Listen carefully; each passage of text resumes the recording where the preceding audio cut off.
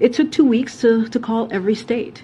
In modern elections, more and more ballots are being cast in early voting and also by mail. With the election less than 24 hours away, Democrats are talking about a red mirage. It's popping up all over the media. ABC News, a red mirage or an artificial GOP vote lead will likely reoccur Tuesday. Richard Stengel said, "The red wave is a red mirage, is a red illusion. Their propaganda is a strategy to get you not to vote. Don't be fooled. Voting is the Democratic superpower. Use your power. Vote. Blue tsunami." The Lincoln Project says, "Be prepared. A red mirage is inevitable tomorrow. When Republicans lose many high-profile races next week, they're going to scream fraud. Not because they believe it, but because they plan to overturn the results of free and fair elections." Midas Touch said, "The GOP plan for election night is clear. They will count on a red mirage due to mail-in ballots being counted last. They will demand a vote counting stop, and they will use the time it takes to count ballots to spread disinformation about election fraud. Don't fall for it." I'm going to talk about this red mirage story, what I think, and three great things that could make our elections unquestionable to both parties. They're not going to admit it, but whoever loses the next election is definitely going to cry, Democrats included. We're going live now.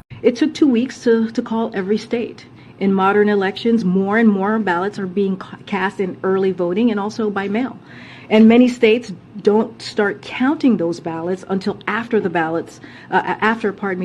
polls close on November 8th. So you heard the president say this the other night. He has been very clear on this as well. We may not know all the winners of elections for a few days. It takes time to count all legitimate ballots in a legal and orderly manner. That's how this is supposed to work, and it's important for us. It's the Dream Rare Podcast. Welcome to the show. The way to get the news at the desk or on the road. Let's go. God is great and success in our control. The world is crazy, but we get better from obstacles. It's the Dream Rare Podcast. Welcome to the show. The way to get the news at the desk or on the road. Let's go. God is great and success in our control. The world is crazy, but we get better from obstacles. Hey, what's going on, everybody? Hope you're having a beautiful day and good luck in your election tomorrow. I said next week. It's in less than 12 hours in some cases. You could wake up and vote early in the morning.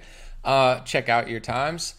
I saw a red mirage. It kept popping on my thing. ABC News, Democrats, the red mirage. So I'm looking at this story, and they're trying to say basically if it looks like Republicans are winning, just, wait a few days and, it's just the red mirage. Let's read the story, then I'm going to react, and I have three things that I think could make elections more fair if people actually cared. Because the Democrats are going to say you can't question elections, but they question the 2016 election.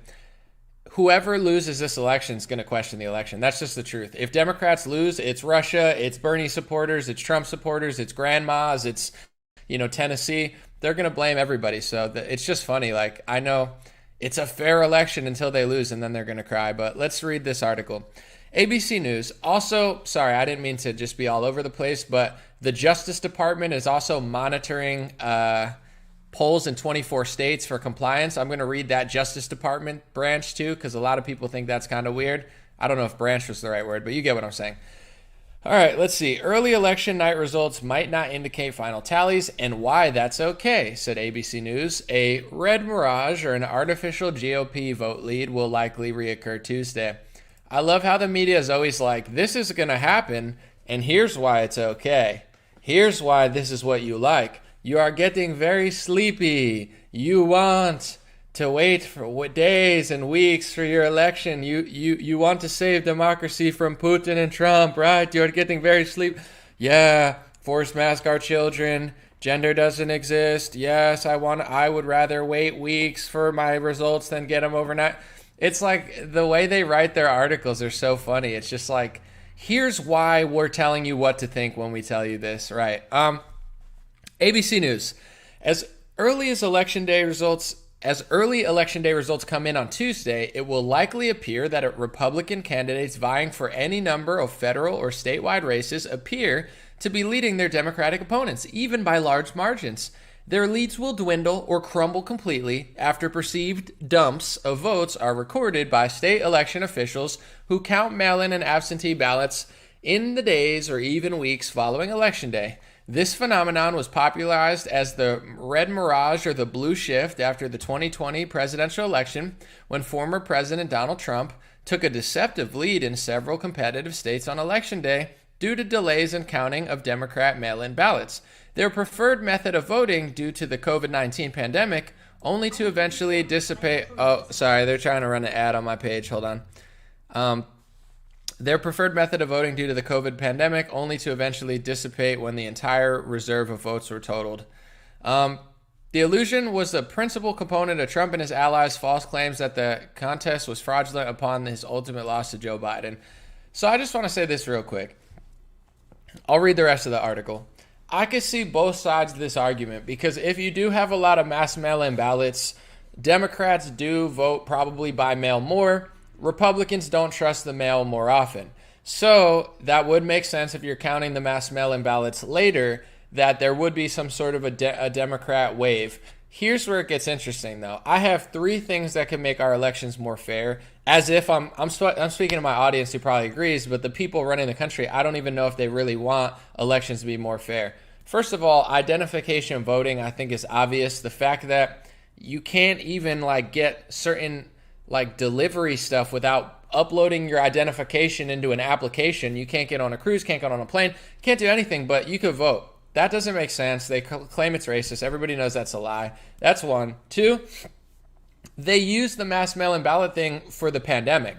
So this is their excuse to normalizing mass mail-in ballots. Even in this article, they're saying, yeah, well, the COVID-19 pandemic, so we had to do mass mail-in ballots. Well, what's going on now? Because mask mandates are pretty much all but gone. Vaccine mandates are pretty much all but gone. Everybody's going back to normal. If that was a temporary measure for COVID-19, why are they trying to normalize mass mail-in ballots? It's not what it used to be. Well, they're going to be like, well, this is just how we do it now. We want this to last forever. And then third, I think these machine companies should do a 10-minute video, post them on Facebook, YouTube, and explain to Democrats and Republicans, here's why you should trust our machines, here's how they work, here's why you can't switch votes, and I want you to understand this is safe and secure. That's called transparency. I know they won't do that. I'm not saying that they change votes. I'm just saying if they wanted Democrats and Republicans not to complain, there needs to be more transparency. But when you say identification, they say racist. You say mass mail-in ballots are a little sleazy. They say, no, they're amazing, but they're for COVID, but they're here to stay, but there's a red Mirage. People don't necessarily trust you. And here's the thing. There's 2 things going on at once. Democrats do vote by mail more. So actually, I semi-agree with the media. I'm going to tell you why I disagree with them in a second, but I semi-agree that it would logically make sense if more Democrats vote by mail that there would be a blue shift if they're counting them second. But here's what the media doesn't want to admit. Democrats can cheat and Republicans can cheat. Let's keep in mind cheating goes both ways. It could. So in general, if you have an election, you really do want to turn off the faucet completely before you start counting the votes, because you don't want the Democrats or the Republicans to try to realize they're losing and get a couple thousand ballots here or there in certain cities. Both parties could do this sort of stuff, especially when you don't have identification of vote, when you're shipping mass mail-in ballots to everybody. What happens if my ballot goes to the wrong house and somebody votes for me and I go there and they say, well, you already voted because we sent everybody a ballot? They could say that this is the safest election ever, but they're only going to say that if they win. If they lose, it's going to be 2016 all over again and the Russians hacked it or something. So I'm just being fair. I think both sides exaggerate. Both sides will say that the election was stolen from them, whether it's the left or the right. Whoever wins the election is going to be happy. Whoever loses is going to cry and claim fraud, in my opinion. We'll see what happens, but, they're trying to act like ballots are just the greatest way to go. If they're so great, why didn't we have them why didn't we have them 10 years ago? If that's the greatest system in the world, how come we haven't been doing mass mail-in ballots since 1999? We only did them as an emergency health clause, just like lockdown, Operation Warp Speed, vaccine sales, mandate. All these things are just an emergency, right? They tell you they're temporary, and then some of them stay forever.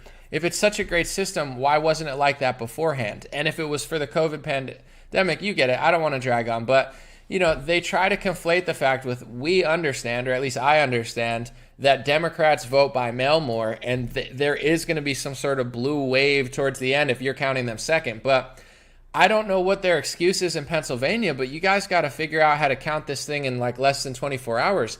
When it comes to the Dr. Oz Republican primary, it took a week. I mean, we didn't know that Dr. Oz beat, what was his name, McCormick and Kathy Barnett. We didn't know that Dr. Oz was the winner in Pennsylvania for at least 7 days, 8 days. I forgot about it. And then like a week and a half later, they're like, yeah, Dr. Oz won. I mean, you could make every excuse under the sun, but what? Why does it take so long? That's crazy.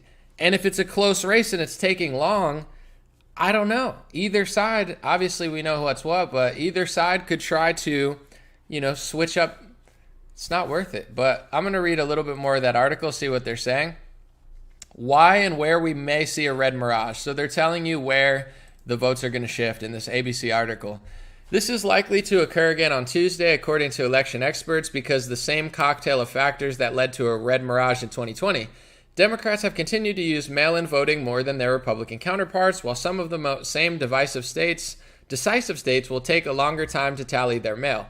Absentee and provisional ballots due to state laws that prohibit their count until late stages in the electoral process, and it's likely to occur in some of the same states where the phenomenon presented itself in the cycle. States like Pennsylvania, Michigan, and Wisconsin, battleground states that also happen to feature some of the most hotly contested races of the election season. I don't need to read the rest of this article really to get the gist, so they're telling you don't celebrate the Republican win early. It might take a while. I want to read this real quick before I say a little bit more. This is from the Justice Department website. I guess this is Merrick Garland and Slosif Biden. They put out some sort of immediate release straight off justice.gov website today. It says immediate release. Justice Department to monitor polls in 24 states for compliance with federal voting rights laws.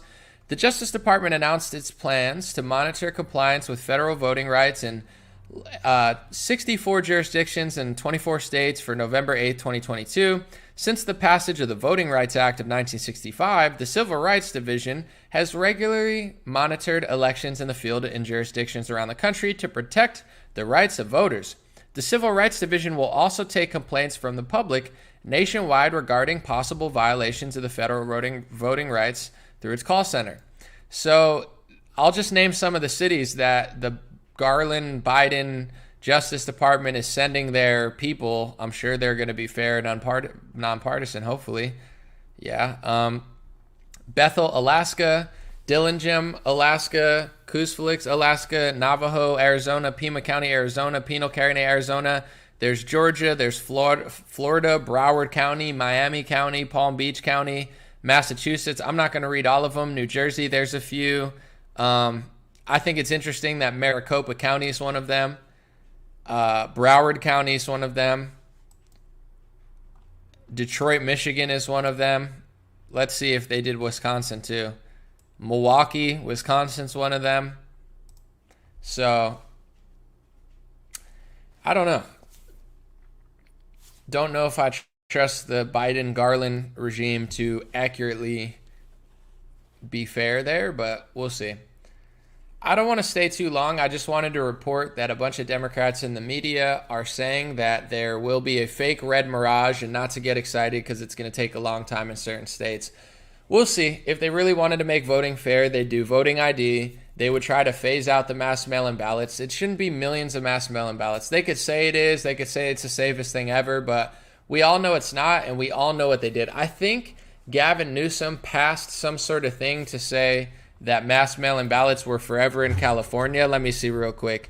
Gavin Newsom, mail-in ballots permanent. I believe this happened in California. Yeah, Governor Newsom last year signed a landmark election legislation making vote-by-mail ballots permanent for every registered voter, strengthening elections integrity. I mean, it's so obvious, okay? I'm not out here recklessly saying every election has ever been rigged and I'm not just like aimlessly being like, oh, it's that. Some people are a little sloppy and you become the boy who cried wolf. That being said, everyone has the free speech to say what they want about the election. That being said, Governor Newsom is such an obvious opportunist when it comes to not executive orders, but emergency orders during the pandemic. He was one of the most corrupt and the most hypocritical and the most tyrannical governors. So he uses this temporary COVID pandemic to permanently keep mass mail-in ballots in California forever, to strengthen election integrity. Give me a break, folks. Give me a break. We all know it. It's obvious. I'm not saying everything's rigged ever, but it's just, It's like telling me, should we count it this way or count it this way? Should we take days to count it or count it as quick as we can? Should we mail everybody a ballot, tens of millions of ballots floating around the state, or should we do it where you have to request your ballot? It's pretty obvious to me, but we'll see. YouTube Block said you suck at rapping. I don't know. You're on my channel, bro, so I don't know why you'd be here if you don't like me, my rapping or my reporting. But anyway, yeah, that's what they do. Use the COVID pandemic to make temporary things permanent and then call you a denier if you notice that they're doing it. I'm not one who thinks that everything was wrong with the last election, but obviously I don't need to really say much. I think everybody here gets it. Hopefully it works out tomorrow. Hopefully there's not too much funny business, and hopefully people wake up in this country. I guess it's really the name of the game is convincing enough people. I'm going to leave on this note. When it comes to border security, right? Republicans get it. Conservatives get it. A lot of communities get it. Democrats don't. They think it's racist. They don't want to do it. They don't realize that fentanyl is pouring across the border, so they just demonize our border security as if they do nothing. So the name of the game, I mean, we can sit here and complain all we want about elections, about border, but the name of the game is convincing enough people to figure out what you're saying is right and what they're saying is wrong. I think Matt Walsh did a really good job. I bring him up a lot because I think he took a topic that wasn't really popular and he made a lot of people on his side. He got millions of left-wingers to agree with him. With that documentary, What is a Woman? He was just on Joe Rogan's podcast explaining it.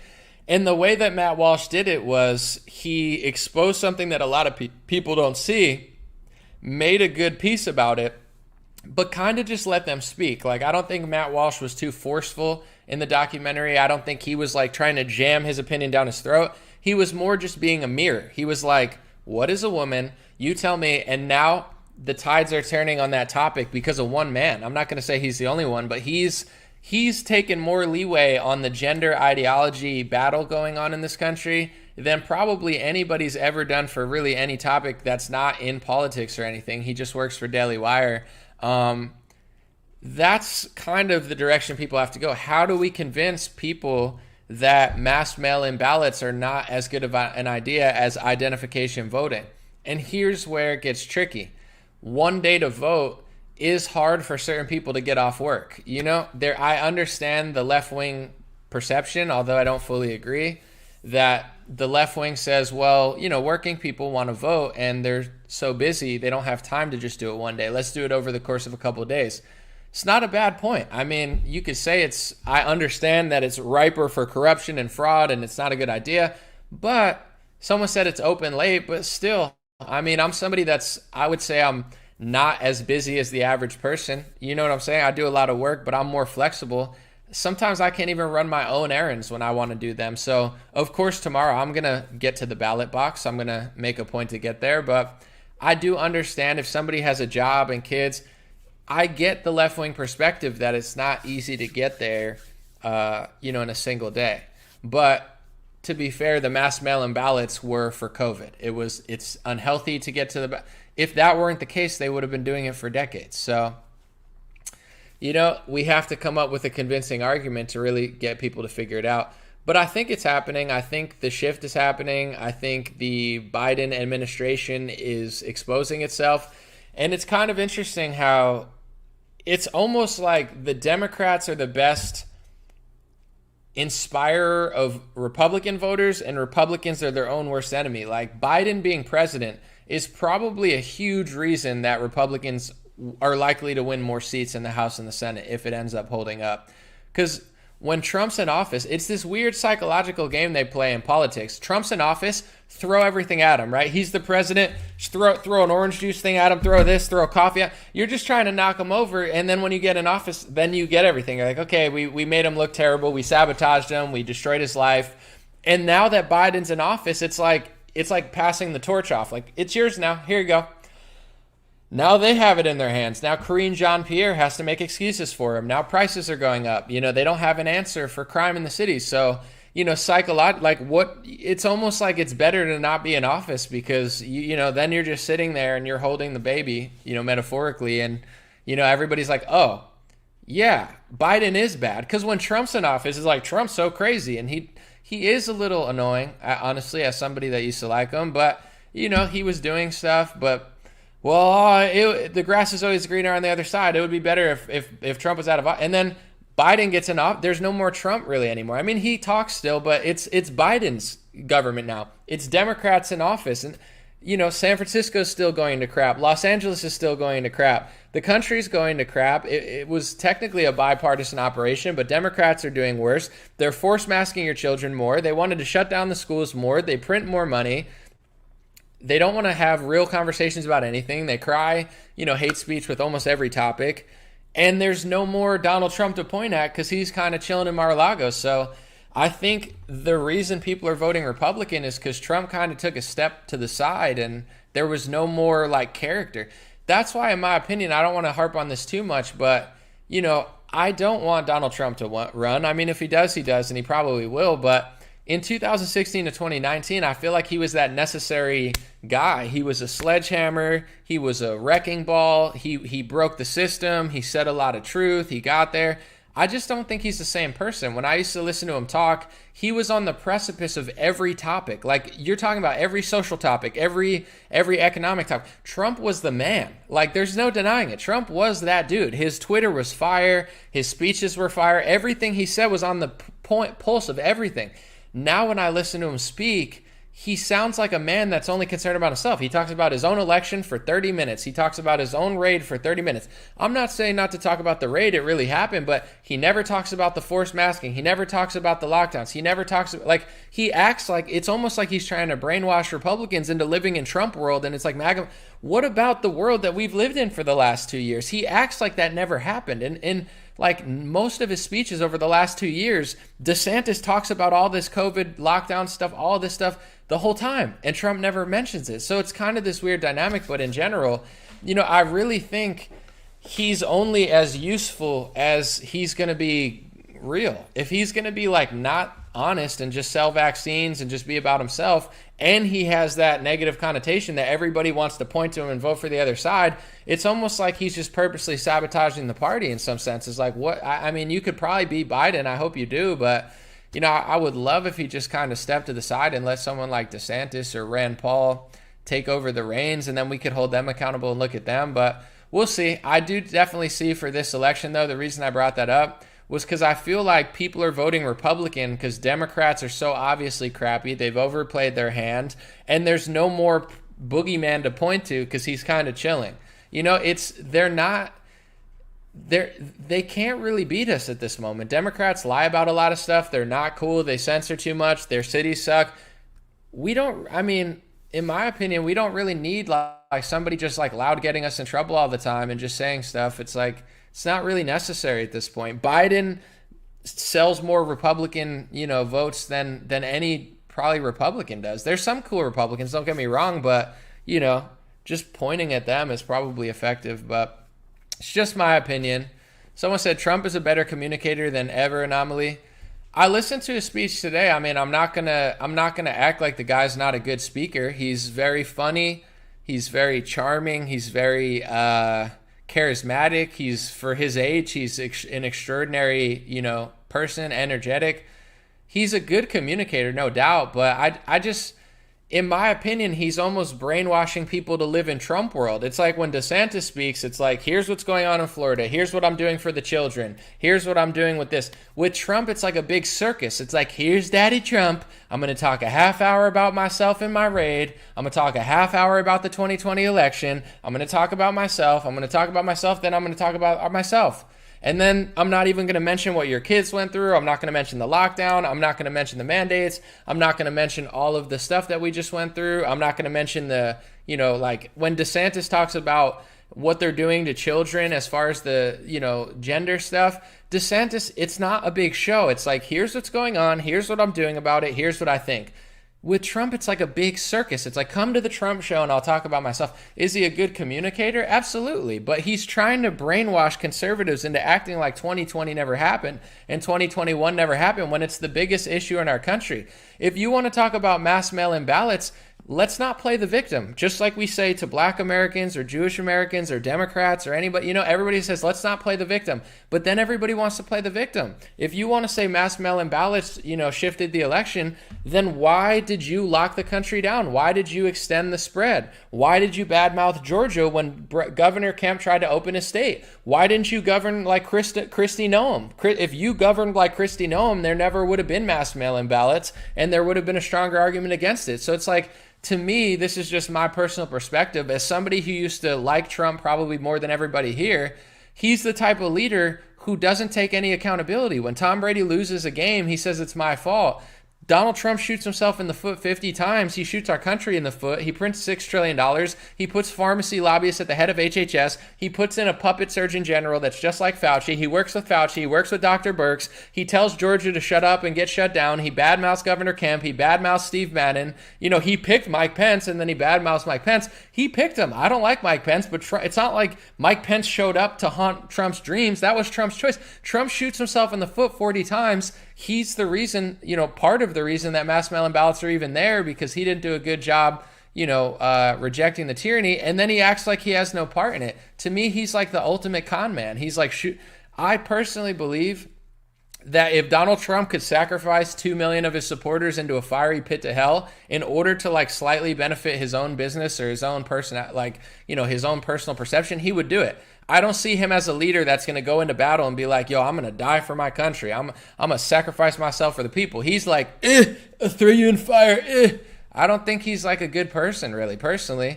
Someone said Trader Pence. It's like, dude, he picked Pence.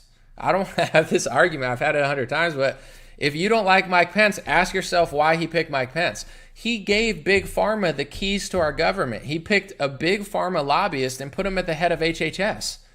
He's a far cry from DeSantis, who put a frontline doctor who's against mandates at the head of it. It's like, you get what you put in. He puts this stuff in. People that are loyal to him and love the country, like Steve Bannon, Trump treated them like garbage. Trump was like, you're crying, you're a baby, and then he wonders why Jared Kushner runs circles around him. It's like, everybody who is loyal to you, who treats you well, you treat like garbage, and then everybody else, like, it's like a whole joke. But that's I've listened to both of Trump and DeSantis speak. DeSantis is like, here's what happened. Here's what I did. Here's the child stuff that they're doing. Here's what I did. Here's the forced masking stuff. Here's what I did. When you listen to a Trump speech, he talks about himself for 30 minutes. He's literally just like, I'm the victim. I'm the victim. I think mass mail-in ballots are a joke. But if I were the president and I locked down as long as Trump, and I told Georgia to stay locked down, and I told Sweden to stay locked down, and I didn't govern like Kristi Noem governed, and I did Operation Warp Speed, and I printed trillions of dollars, I wouldn't sit on a stage and act like it wasn't partially my fault. I would say mass mail-in ballots are bad. We should overturn them, but I'm partially responsible. I mean, I kind of screwed up, didn't I? It's called accountability, which he has none, so to me, like, that whole world he has people living in, all his speeches have been the same for the past 2 years. It's like, the election was stolen, mass mail-in ballots, Why did the mass mail-in ballots get there, bro? You extended the lockdown after 15 days. Kristi Noem never did. Georgia opened up early, and you told Georgia to shut down, and then you tried to kick Governor Kemp out of office. Thomas Massie told you it was the biggest mistake our country'd ever make, and you tried to kick Thomas Massie out of Congress. He's the only good man in Congress. He's like the only good one. And Trump tried to kick him out of the party. Like, he's a joke, but people love the joke, so it's like, let's just keep rehashing old memories of him talking about himself. It's like, I heard his speech and DeSantis's back-to-back at TPUSA. DeSantis, I'm not saying he's your best friend or you should trust him, but he's a selfless person. His speech wasn't, I'm amazing, I gave myself medals, I'm so special, they did me dirty. His message was, I'm leading you, I'm getting stuff done. And then he even made a selfless statement. He said, what DeSantis said is, it's not even about me. It was like a totally, I'm not easily inspired, but DeSantis's message was like inspiring. He's like, it's not just about me. He's like, they're treating everybody just like they're treating me. They're treating mothers this way. They're treating teachers this way. They're treating parents this way. Like, DeSantis wasn't like me. He was like, I'm the leader. I get it done. I'm not the victim. I pass laws. I'm running my country right, and understand that what they're trying to do to me, they're also doing to everyone else. listening to Trump speak, he literally just talks about himself the whole time. It's like, I wish I would have given myself a medal. It's like he's funny. He's a comedian. He's a joker, but as far as like a leader, I don't know. I guess we could just go that route again if people want to, but that's just my personal opinion about the 2020, and this has made me semi-unpopular in the Republican Party. I think 2020 was a travesty. I think the lockdowns were evil. I think the vaccine sales were evil. I think the extension was evil. The forced masking was evil. The fact that you couldn't see people in a funeral was evil. All of the stuff that happened in 2020 was evil, but we have to be honest about it. Kristi Noem did the best job in government. I believe she never locked down and allowed events. Georgia did the second best job. Governor Kemp opened up his state before Trump wanted him to, and Trump was still hawking the Fauci communist laws. And he said, Governor Kemp, I wish you'd just listen to my laws. We're going to open soon. He kept dangling the carrot, and he told Kemp he disagreed with him. He let him do it, but as a leader, Trump failed more than Kemp and Noem. That's just a fact on lockdowns. Even DeSantis, who did a great job after, DeSantis failed on lockdowns. He locked down more than Georgia and more than South Dakota. But here's why I do respect DeSantis as a man. DeSantis has gone in front of the camera and said, I made a mistake. DeSantis said, if I would have known what I knew now, I would have never locked down. There's an interview of him saying that. If I knew what I know now, I would have never locked down. Do you know what that means? I'm not saying DeSantis is your best friend and you got to trust him. I'm just saying he has humility to look at his past actions and take accountability. Trump takes no accountability. If you sit down with an interview, Trump today, nobody wants to do it because they just lick the dirt off his shoes. Ask Donald Trump and say, hey, Trump, do you regret locking the country down? He'll say, no, I saved millions of lives. I saved millions of lives with Operation Warp Speed. He's never admitted that he did the wrong thing. He put pharmacy lobbies, he's not. So why should I trust a guy that won't even admit he was wrong? And if you won't admit that the lockdown was wrong, how are you going to complain about the mass mail-in ballots? The lockdown led to the mass mail-in ballots. This is why Trump is such a scam. He's such a scammer. He cries about mass mail-in ballots and makes himself a victim for 30 minutes, but then he won't even admit the fact that he was wrong about the lockdown. At least DeSantis says, no, I was wrong about the lockdown. Kristi Noem said I was right about the lockdown. Governor Kemp was like, I wish I would have opened up earlier. Donald Trump has still not admitted the lockdowns were wrong. He doesn't think they're wrong, guys. People baby Donald Trump. He's not who you think he is. He did Bill Gates' agenda. If anybody, David Harris, any of these people that hang out with him all the time and just say Trump, Trump, Trump, David Harris, I've met him. He's a nice guy. David, if you really care about the country, if you're a patriot, ask Donald Trump next time you interview him, did you do Bill Gates' 2018 universal flu vaccine agenda? Because Bill Gates met with Trump in 2018. He told him about this universal flu vaccine plan, and Trump took the exact same thing and passed it through legislation. David Harris, or somebody that knows Trump and sits with him all the time and makes everybody act amazing.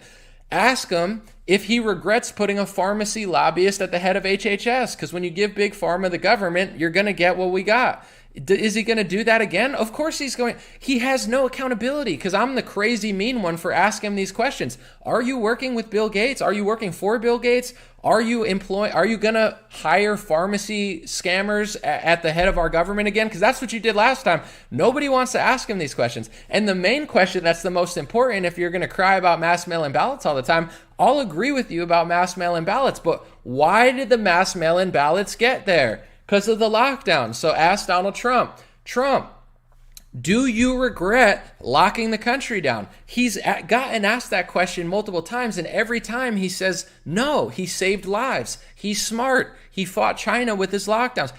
Everybody else admits lockdowns are bad. Trump doesn't. Everybody admits the COVID vaccine wasn't what they told us it was. Trump doesn't. He's a liar. He's a scammer. How does nobody realize? Are we living in the Truman Show and everybody's just a bunch of NPC characters just walking around like robots? Am I in some sort of fake reality show? I'm not saying he's worse than Biden, but somebody asked this guy a damn question. He's the only one still. Even Ben Shapiro admitted the COVID vaccine wasn't what he thought it was. Ben Shapiro, Sneaky Snake Shapiro, even has the balls to be like, yeah, I was wrong, and in hindsight, I probably wouldn't have got the vaccine. That's Ben Shapiro. There's very few characters I trust less on the right than Ben Shapiro. With that being said, that's way more respectful than Trump saying, it saved 100 million lives. No, it didn't, Donald. And nobody has the balls to call him out. It didn't save 100 million lives. It didn't save 50 million lives. There's no data that says that. Trump is just a sleazeball vaccine salesman scammer for Big Pharma, hawking, snake oil, acting like it's the greatest human achievement. He still thinks lockdowns were a good idea. He's never disavowed the fact that he put a pharmacy lobbyist in government and probably will do it again. He's never admitted lockdowns were a mistake when his entire base did it. He never has been asked a question about whether he took Bill Gates' vaccine program in 2008 and passed it through executive order in 2019. No, so what's the point of watching a Trump rally when the guy's crying about mass mail-in ballots for 30 minutes, but he won't even admit that he's part of the reason they're there? I'll say, yes, you're the victim if you admit lockdowns were wrong. Admit lockdowns were wrong. Admit it was wrong from day one. It's not your fault. We all got fooled. There was data. I'm not saying I'm going to hate you for it. Just be a man like Ron DeSantis. And then everyone says, oh, if you like DeSantis, it's... No, I'm telling you why I like DeSantis. He admitted lockdowns were wrong. Trump still has never admitted that. How can you complain about mass mail-in ballots if you're not going to admit the lie? He's a professional, follow me to the Capitol and everyone will get arrested. He's like a big setup scammer at this point. It's getting so old. I don't care. I was doing this last year too and people were crying about it, but I agree that mass mail-in ballots are a good idea. But they came because of the lockdown. If you support the lockdown and you still think it's a good idea, and you still lie about it, and you still say the vaccine saved 100 million lives, but then you complain about the thing that the lockdown brought, what's the point of following you? If I want to follow some dummy, I'll just go to Los Angeles and go on Skid Row and walk around with a crackhead.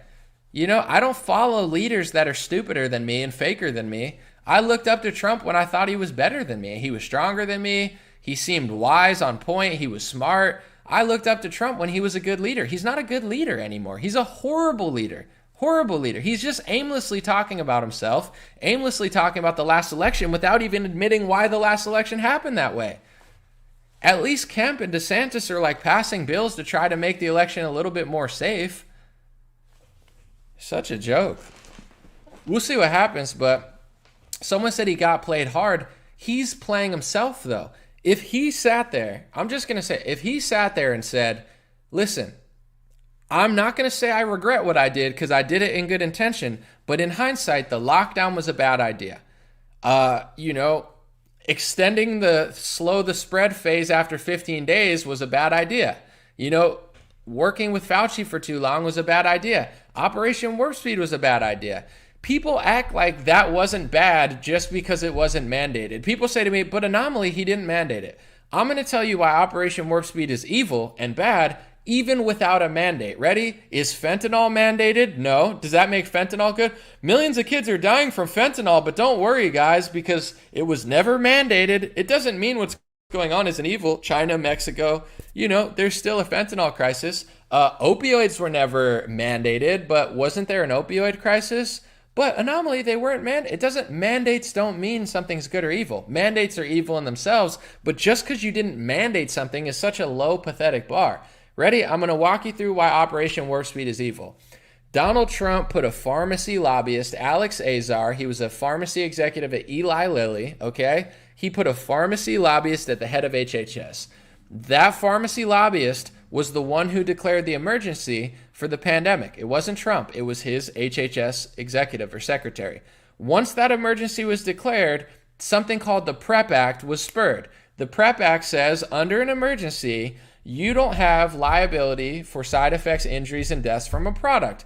So Operation Warp Speed was an obvious, let's rush this to the public as fast as possible, give money to AstraZeneca, Johnson & Johnson, Moderna, buy Pfizer doses. Let's rush this as fast as possible because if we can get this out before the emergency goes away, we have ourselves a product that nobody can sue. So the reason they're rushing so fast, yeah, I'm sure they wanted to cure everybody of COVID or whatever that, yeah, I'm sure that was a part of it. But also, you think executives making 20, 30, 50, 60, 80 billion dollars, you think that they don't know that if they can rush this product with the emergency that they're shielded from liability? And you know what they're doing now? They're trying to put the vaccine on the kids' schedule. Why are they putting it on the kids' schedule? RFK explained it perfectly somewhere. Because if it's on the kids' schedule, now something kicks in called the National Childhood Vaccine Injury Act, which was passed through on Reagan. Under the National Childhood Vaccine Injury Act, you don't need an emergency. Any vaccine that's on the children's schedule is shielded from liability from side effects and injuries and deaths. So just because Trump didn't mandate the product doesn't mean that using socialism to give a bunch of money to big pharma to rush a product through the FDA and Fauci faster than ever before. Trump calls himself the father of the vaccine. Just because he didn't mandate it doesn't mean it's a good thing what he did. The whole thing was a big pharma corrupt scheme from the beginning. He put a pharmacy lobbyist at the head of HHS. Bill Gates met with him in 2018 to tell him about the universal flu vaccine. In 2019, Trump passed a universal flu vaccine executive order, bringing 8 branches of government together and establishing a universal flu vaccine task force in September of 2019. Check the date, Google this stuff. I've memorized it. Once he declared the emergency, Alex Azar, in January, it was the pharmacy lobbyist that Trump put at the HHS who was the one who declared the COVID emergency. And then a couple months later, tens of billions of taxpayer dollars and funny money printed dollars that we have to pay for. It's not capitalism. It's not free market. It's not big pharma innovation. It's called socialism. You're locked down.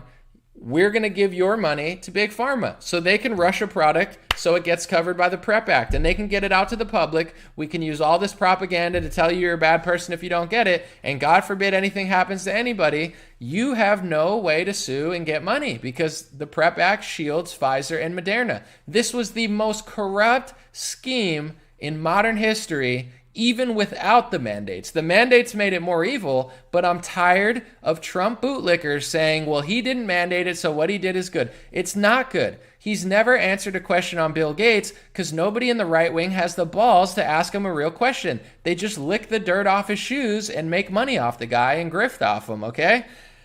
Nobody's asked him. This is a serious question. People try to say on Twitter, oh, if you like Ron DeSantis, you like him for this reason. I'll tell you why I like Ron DeSantis more, and it's not because I trust him or think he's the greatest person in the world. Ron DeSantis had the option to hire whoever he wanted as Surgeon General. Ron DeSantis hired Joseph Ladapo. Joseph Ladapo was one of the frontline doctors who put his entire career on the line to fight medical tyranny in March, April, and May of 2020 and stand at the Capitol and say that mandates and lockdowns were bad. So, DeSantis picked one of those doctors who were fighting lockdowns, and DeSantis plucked him and put him as the Surgeon General. Now Joseph Ladapo, good guy Joseph Ladapo, is recommending that kids don't get boosted and stuff. He's the only Surgeon General in the country fighting big pharma, fighting the mandates, and fighting the tyranny. So DeSantis could have picked a pharmacy lobbyist. He could have picked Jerome Adams, the shill. He decided to pick, I'm not going to say a holistic doctor, but a real American doctor who doesn't believe in big pharma propaganda. Joseph Ladapo is not sold out to big pharma, and he put him at the head of the Surgeon General. Who did Donald Trump pick as Surgeon General? Jerome Adams. Who's Jerome Adams? Jerome Adams, I believe, was the Indiana Surgeon General. This is who Trump is. He talks a big, I hate Pence. He picked Mike Pence as the vice president. Mike Pence. Why did you pick his Surgeon General then? Trump doesn't even have an identity. He just picks a bunch of neocons and frauds and Kushners. It's like, oh yeah, he picked a big... Jerome Adams sucks. And more importantly than Jerome Adams, the big pharma Surgeon General shill who blocked me on Twitter because he's a liar and he lied through the pandemic as Trump's Surgeon General, Trump picked a pharmacy lobbyist from Eli Lilly, one of the most powerful pharmacy companies in the country. What do you think happens if you take a pharmacy executive and lobbyist and put him at the head of the entire health department? The head of HHS has even more power than Fauci. Trump took a pharmacy lobbyist and gave him more power than Fauci. And nobody wants to ask him. David Harris won't ask him. Candace Owens won't ask him. DC Drano won't ask him. And I'm not trying to burn my bridges with all my friends because I like all these people, but somebody ask him this damn question, okay? I'm tired of you guys just grifting off him. And I'm not saying Candace gave him a good interview. It's probably the only good interview he's ever had. I don't know about these other guys. DC Drano's a great guy. David Harris is a nice guy. Ask the guy a damn question, okay? You want to be a real patriot? You want to be a real American hero and a conservative? You got to stop licking dirt off this guy's shoes and ask him a question. Are you going to put a pharmacy lobbyist at the head of human health services? It's a big deal. It's a huge deal.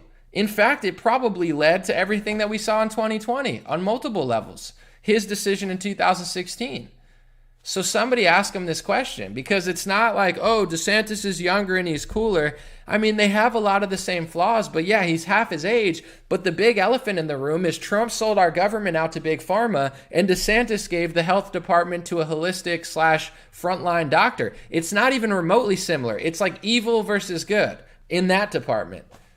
Can anybody ask him this question? This is the game that people are going to play now. They're going to say, oh, either you love Trump or you're an anti-Trumper. You must be like Ben Shapiro. You must be a never-Trumper. No, I love Trump more than most people will ever like Trump. I'm just a realist.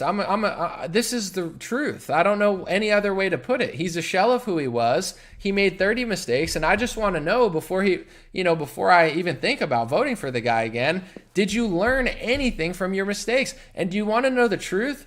Ben Shapiro, as much as I despise him, he is better at I mean, even though he didn't even give a real apology, I still don't trust him. He even admitted Ben Shapiro is the most pro-vaccine person I've ever seen, and he admitted the COVID vaccine wasn't as good as they said. Donald Trump is a vaccine skeptic who thought that vaccine was causing injuries before he ran for office, and Donald Trump is a liar. You think he doesn't know about injuries or a bad product? He's a liar. He's a fraud. You think that Donald Trump thinks that his vaccine saved 100 million lives? He's lying to your face, and you guys keep eating it up. Nobody thinks the COVID vaccine saved 100 million lives. Bill Gates doesn't think that. Fauci doesn't say that. CNN doesn't say that. No one says that. Even the most pro-vaccine shill, big pharma shill in the country, nobody says the vaccine saved 100 million lives, because nobody in their right mind thinks it saved that many lives, not even the dumbest Democrat. But Donald Trump, for some reason, gets a pass going around conservative media, on Newsmax, on radio, lying to the public, saying his vaccine saved 100 million lives. Lying and saying it's amazing that he rushed it through the FDA. I rushed the FDA. That makes you a demon, bro, because you're rushing it not for me, but for Big Pharma. Because if you don't rush that product through the FDA, they're not going to get protection under the PrEP Act. So it's not like you rushed it to save my life. You rushed it so they could get a liability clause for the Big Pharma executive you put at HHS. I know the whole bit. All I'm asking for, it's been 2 years now, if he runs again, ask him these questions. Did you do Bill Gates' agenda? Are you friends with Bill Gates? Did you offer him a science advisory position because Bill Gates says you did? Was the 2019 universal flu vaccine executive order? Trump is the ultimate con artist. He works with Bill Gates. He does Bill Gates' agenda, and then he is the face of the people who don't like Bill Gates. 99% of conservatives don't trust or like Bill Gates. Trump did his work.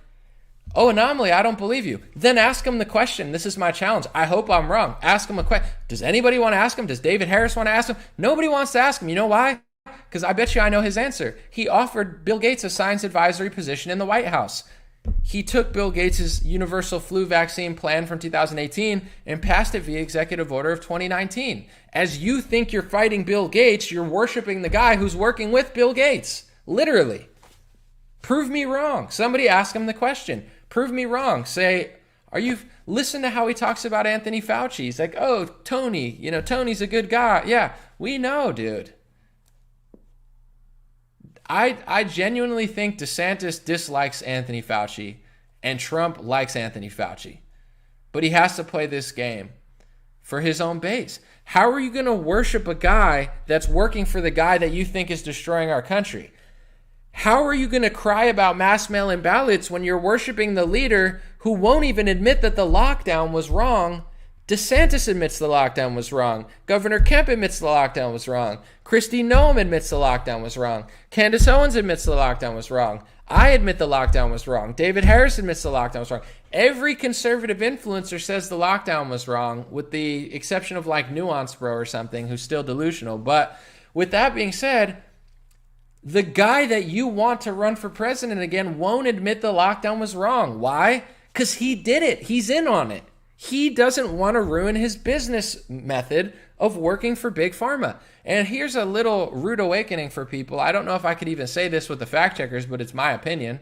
Now that you look at the lockdown and how they terrorized people and held us for ransom, they treated us like garbage as basically a marketing scheme to sell their product. Because if you keep people locked down and you force mask them and you treat them like slaves and you tell them that you're going to set them free when you get the vaccine, which is what they did, and then everybody ran and got it and they still didn't set everybody free, that's the marketing scheme. It's like, here's the perfect marketing scheme. Let's hold an entire nation for ransom and tell them that they're basically going to be slaves now if they don't get the vaccine. It's part of the marketing scheme. So Trump is Operation Warp Speed man. He's the vaccine man. He can't tell you that the lockdown was bad because the lockdown was the marketing scheme for his thing. So he's got to lie. He says the lockdown was good. The vaccine saved 100 million lives. He's the father of the vaccine. It's the greatest human achievement. All he does is lie. That's why he doesn't talk about this stuff at his rallies. Listen to his rallies. He's brainwashing people to not pay attention to the last 2 years. He doesn't talk about anything that DeSantis talks about or anybody talks about. If you listen to any conservative speaker, they don't talk like Trump. Trump just talks about things. Ooh, Biden. Ooh, Hunter Biden. Yeah, talk about Hunter Biden. Talk about the election. Talk about it. But he doesn't talk about anything that happened in the last 2 years because if he says it, everybody's going to boo him. So he just acts like it never happened. He doesn't have the capacity to say the lockdown was a bad idea. He says it was the right thing to do. Same with Operation Warp Speed. So obvious. Someone said, what do we vote for? Who do we vote for then? I can't do blue. I'm not going to tell people how to vote, but I vote all Republican, and I think it would be wise to do so to vote all Republican. With that being said, there's something called a primary. This is all I'm trying to do. People are going to misconstrue it. When the primary election goes, I'll just tell you my list. I like Rand Paul more than all of them. Well, I like Thomas Massie more than all of them, but he won't run. I would vote if Candace Owens ran. She said she'd run with Thomas Massie. I'd vote for Candace or Thomas Massie over all of them for the most part.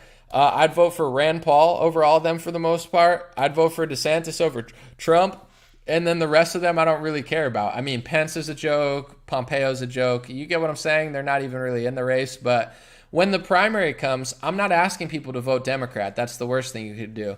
We need to challenge this guy. There's no way I'm going to let a bunch of Trump operatives just try to bully me the whole time and be like, oh, you're a DeSantis bro. Oh, no, I have valid concerns. I don't want to stop Trump from running. I can't. I want Trump to answer questions. Did you work for Bill Gates? Did you pass his universal flu vaccine executive order? Why did you hire pharmacy lobbyists? Do you regret it? Will you do it again? Why did you hire Mike Pence as Surgeon General? And why did Ron DeSantis hire somebody better? This is what I see going on. Trump and people that really obsess over him, they look at DeSantis like, oh, go away. But it's like, no, identify why DeSantis is getting more popular. He's getting popular because he's actually doing stuff. He's getting popular because he hired better people. He's getting popular because he didn't hire a bunch of neocons and warhawks and liars who hate him and then cry victim. He's just getting the job done. And he doesn't make a huge unnecessary scene about it. He eviscerates the media, metaphorically, obviously. They're going to cry hate speech, so I have to say that. But these are questions I want to ask. So I'm not asking. Someone said, dude is a lefty. I'm voting all Republican. There's nothing right-wing about socialism. If you lock the country down and give $10 billion to Big Pharma, I'm right-wing. Trump's a socialist, okay? I don't believe you should ever take taxpayer money and give it to Big Pharma. I would never run for president, but I would never put a pharmacy lobbyist in any position, let alone the highest position in the land, and I would never just print money and give it to Johnson & Johnson and Moderna. Trump is a socialist. He's a leftist. I'm a conservative. You're not even making sense, bro. You're just calling me a lefty. But the way that we do something about it is people need to stop just licking his shoes and ask him questions. Because if nobody asks this guy a question, nothing's going to change.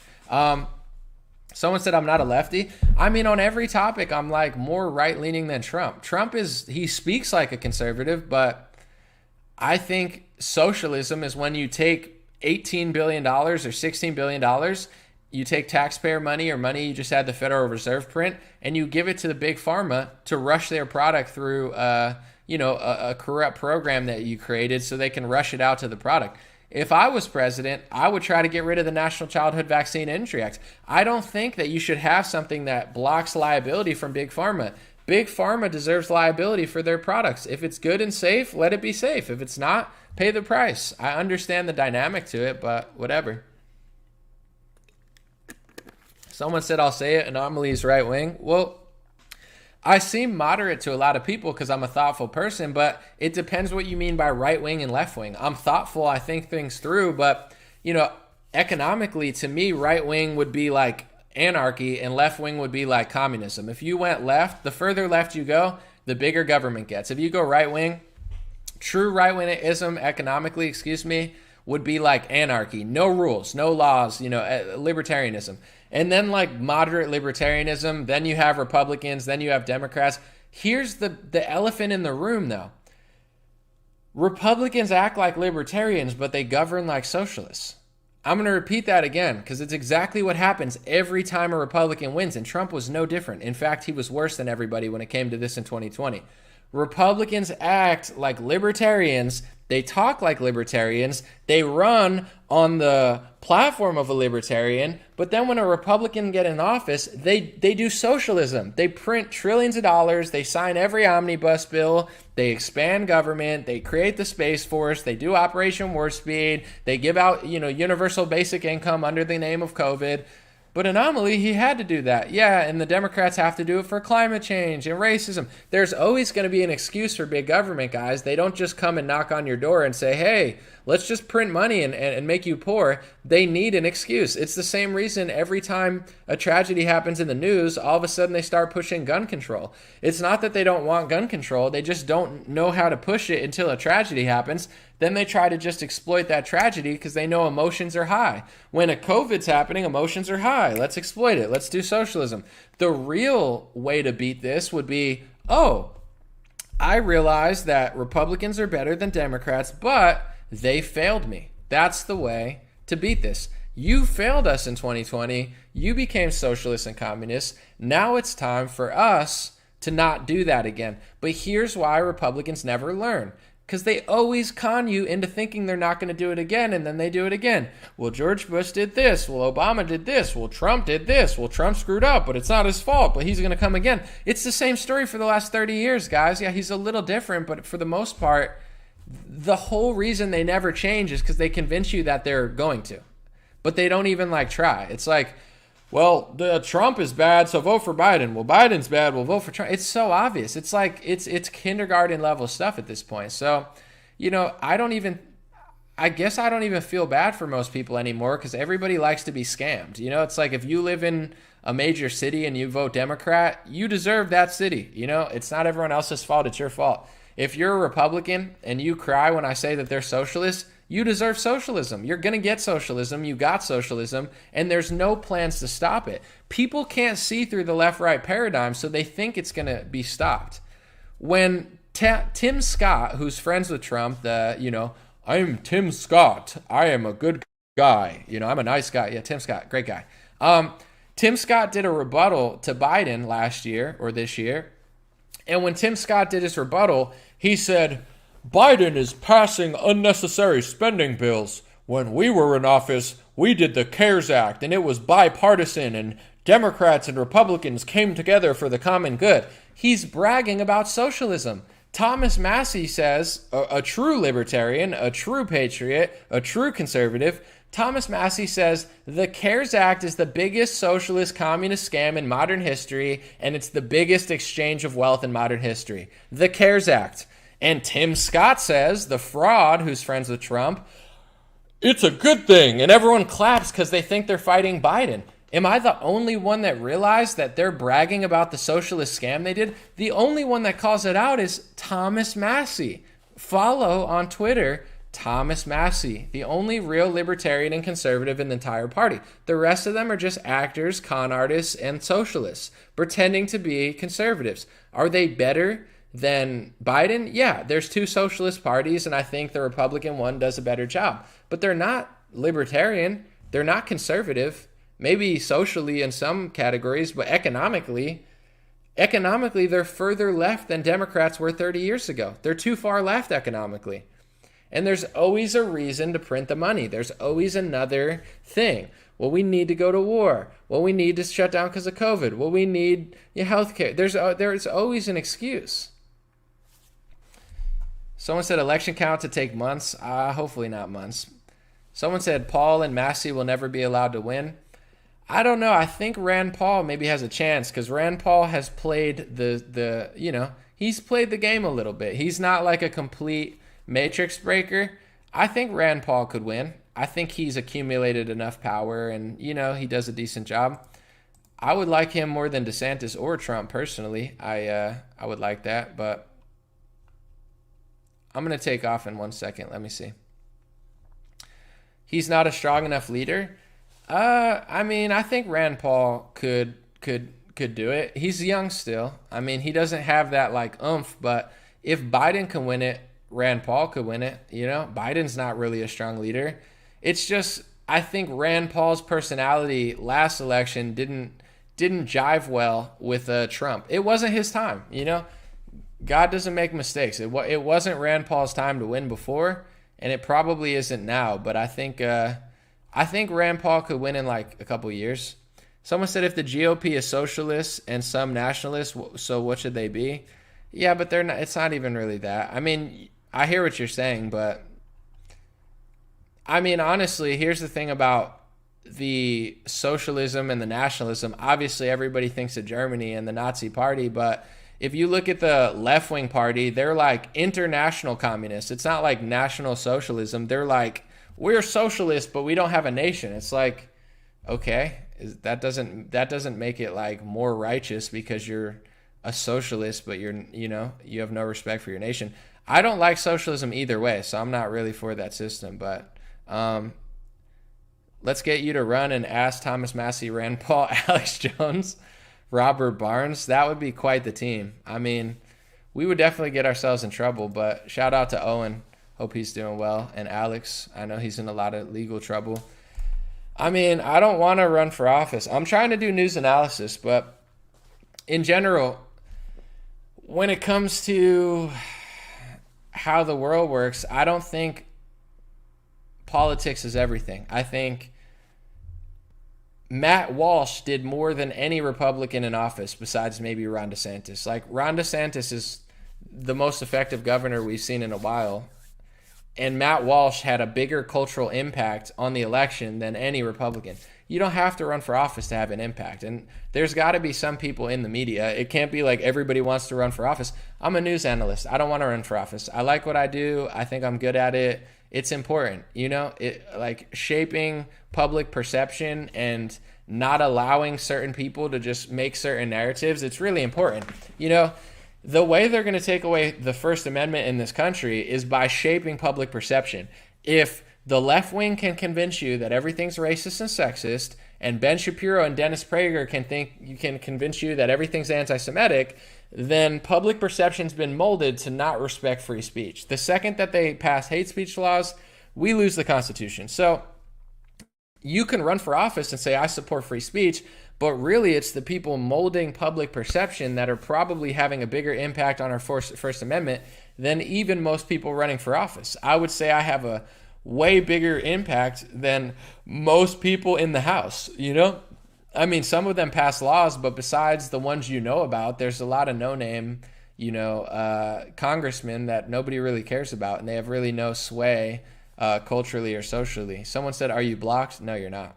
But I'm not going to stay too much longer. But I don't want to run for office. It's not in the cards. And people can tell me if I say the truth, people will be like, oh, well, you need to run for office. So I can't do news analysis if I don't run for office. I can't tell the truth about Operation Warp Speed or say that, Thomas Massey is a better man than anyone in Congress, or say that I trust Rand Paul a little bit more than some, I'm not allowed to say that. I get what you're saying. I know you want me to run, and I don't think you were being rude about it, but sometimes people try to tell me I can't, I'm a hypocrite if I don't run for office. I hear what you're saying, but at the same time, I don't think that's the only thing. It's people need to do music. sport, like when someone in the sports world, I mean, Kyrie Irving and Kanye West, or the artist formerly known as Kanye West, they've done more to expose how the media works and how sports leagues works and how celebrity culture works. They've done more to expose the truth than anybody has in the conservative movement in the last 2 years. So, how did they have such a big cultural impact? Well, Kyrie Irving is a huge athlete who made a stand, and Kanye West is probably the most famous person on earth, and he said something, or said a lot of things. So I just want to let people know that there's other ways to make a difference. It's not just running for office. And, I think people really figured a lot of stuff out with them. I was listening to, I'm just going to say this because I'm kind of on a tangent anyway, Ali Alexander, who got in like a lot of trouble on the Capitol Day. I haven't seen him for a while. I hope everything is well with him, and I hope things are going well for him in court. But I saw Ali Alexander talk to Gavin McInnes, and it was a debate on this guy's show, the Ralph Retort. It was a debate on Kanye West. So it was like Ali Alexander was backing Kanye and Gavin McInnes was against Kanye. I noticed something interesting when it comes to people who don't like what Ye said. They're all admitting, including Gavin, I believe Prager as well, they're admitting like, oh, don't say that, it's bad, but he's like, they're all being like, but they kind of did prove him right based on how they reacted.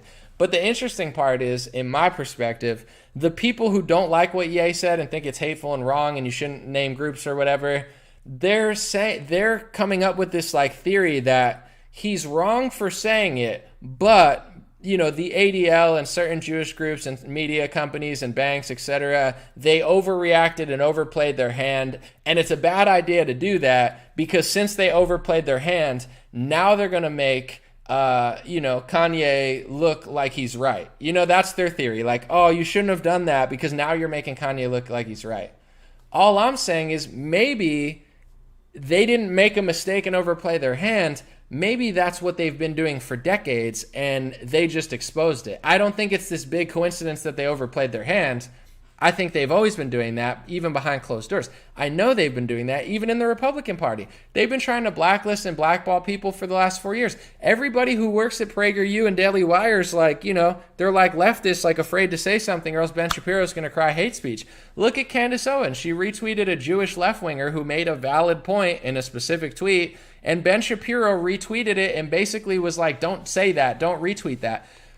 I'm just saying, dude, Ben Shapiro should sit down with Candace Owens. He's got a problem with what she says. Dude, Candace is way better on vaccines than Ben Shapiro. How dare Ben Shapiro think that he can just put his, employees in place and be like, you shouldn't say that. Dude, Candace is leagues ahead of you, Ben Shapiro. And for the record, Matt Walsh in the last year has done more for Daily Wire than you have since like 2016. So you're not even pulling the weight at your own company as much as Matt Walsh is. But anyway, it's like, the nerve of these people to play this guilt by association game. How dare you say that?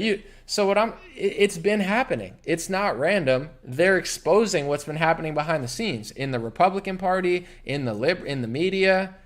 It's been happening. Dennis Prager, they're pro free speech unless you say something, then they crack. But long story short, the reason I'm bringing this up is because Kanye and Kyrie, even if they did it in a way that hurt people's feelings, they've done more to culturally shift America in a direction that needs to happen more than any Republican has in a while. I would consider Kanye and Kyrie more important than Trump at this point. And I'm not saying like Trump's terrible and I would vote for Kyrie Irving. We probably don't agree on much politically, but that moment, this is what I'm like. Where's these moments? Trump was a moment, a cultural moment, a shift. A president, yes, build a wall, yeah, he did, but it was like it was an energy. It was like Trump world, MAGA, we're the truth, this is the real deal. And then COVID happened, and he's never got his mojo back. Trump wasn't just the policies; it was like a whole, we're doing this, and it was all good. And now it's all weird. You get what I'm saying? Like the shifting of is the Matt Walshes, the Kanye's, the Kyrie's, the DeSantis's at this point. Where's Trump going? This is my big question for everybody. Like, where's he going? What?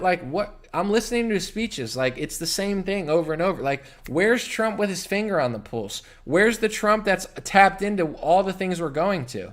Like, you listen to a Trump rally, it's not like it used to be. You used to listen to a Trump rally or a Trump interview, he was on the pulse. You could hate what I'm saying, but you know it's true. Trump was that dude. He was on the pulse of every topic. Everything, as soon as it happened, Trump had the best take. I used to look at Trump's Twitter. You guys know me, I'm a harsh critic. I'm not easily impressed. There's a lot of losers out there. I used to look at Trump's Twitter and be like, damn, I wish I would have thought of that. Or like, dang, that's next level. How did he think of that so eloquently and quickly? And how did he say it so fun? How is that so funny? He was that dude culturally. He was on the pulse of every topic ever. You guys could keep acting like Trump is the same. He's not. Look at his rally. It's the same script he's been reading for the last year. It's the same thing. It doesn't include any of the top 10 issues. It's all about himself. He's not talking about the mandates. He's not talking about the lockdowns. He's not talking about COVID. He's not talking about the kid. He's not talking about anything that matters to everybody. He's not talking about Kyrie or Kanye. He's not talking about anything. Nothing that's culturally important right now. He talked about the war in Ukraine and Russia. I think that was dope. The Ukraine, like he said, if he won, there wouldn't have been a war. I like that. That's like modern. You know what I'm saying? That's the war. That's affecting our country. Talk about that. Talk about the Ukraine flag in the bio and Zelensky. That's the old Trump. He would have talked about now it's just like he'll talk about the war. He did, but the rest of his speech is all boring. It's literally just like a circle jerk for like, yeah, dude, it's like a circus now. So that's what I'm going to do. I'm going to just challenge it a little bit like I've done over the past couple years. And, whenever the new elections are, we'll see. We'll see what happens. But I'm going to try to play my part. God bless you guys. Appreciate it. Someone said Boomer Entertainment's all it is. I mean, he used to be that dude. Now it's just like a whatever. But tomorrow's the election, folks. I know a lot of people won't trust it. I did the coverage at the beginning, but I think it matters, and I don't think it's as easy to shift the scales as everybody thinks it is, so I do think your vote counts. And even if there is some funny business, there's going to be tomorrow hundreds, I'm not exaggerating, hundreds of Republicans are going to win the election tomorrow. So you could say, and here's a last point I want to say, because I don't want to sound petty.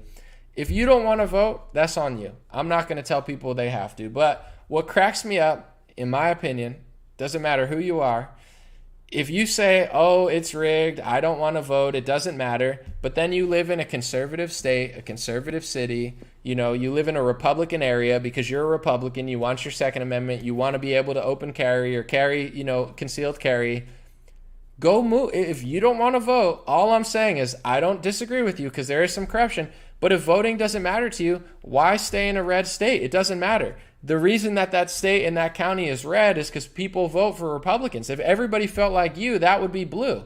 So if you're going to say voting doesn't matter, I have no problem with it. But you got to move to a Democrat city in a Democrat state with Democrat politicians, Democrat judges, Democrat mayors, Democrat homeless policies. Move to an all-Democrats area and then say voting doesn't matter. But don't sit in a Republican area that Republicans are voting for and say it doesn't matter. I know that you're lying because if it didn't matter to you, you'd go move to Hawaii. It's a beautiful place. I love Hawaii. Maybe I'd go out there and say my vote doesn't matter. It's Hawaii. Even where I'm from, I live in a conservative area. It's night and day from Los Angeles. It absolutely matters. If nobody thought it mattered, we would be Los Angeles. So, I'm not trying to tell people what to do, but if voting doesn't matter to you, I hear what you're saying, but don't live in a Republican area, because the only reason that where you live is Republican is because people actually vote, and hundreds of Republicans are going to win tomorrow. Is there going to be funny business? Probably. Are they going to try to do some weird stuff? Almost definitely. Are they going to win? I don't think so. Is it as easy as you think? Probably not. If you're playing a game to 11 and somebody cheats and adds 3 points, it doesn't mean you lose. It just means you're going to have to do even better. I'm not saying it should be that way. I don't know if it's even going to be that way. I don't know what they're going to do tomorrow and where they're going to do it. If you live in Florida or Georgia, it probably will matter depending where you are. But it's gonna do something. There's gonna be hundreds, if not thousands, of Republicans that win tomorrow, and then there's gonna be a lot of states that take a long time to count. But it's going to be very, very close in those states. So I do think it matters. I understand Republicans can be corrupt. I complained about Trump for a little bit. That's fine. But I still think it really matters, in my opinion. And there's going to be a lot of wins tomorrow either way. So, that's my take. You don't have to agree with it. But it is what it is. I'm excited to look at the results tomorrow. And I pray that a lot of races are called when the votes are counted and they don't take a couple of days. Appreciate you. God bless you. Have a beautiful day. And sorry if I offended you. Eventually, this live stream will be hate speech, so don't worry. We're only a few years away from everything I say being hate speech. Then we won't have to listen to it anymore. See you guys.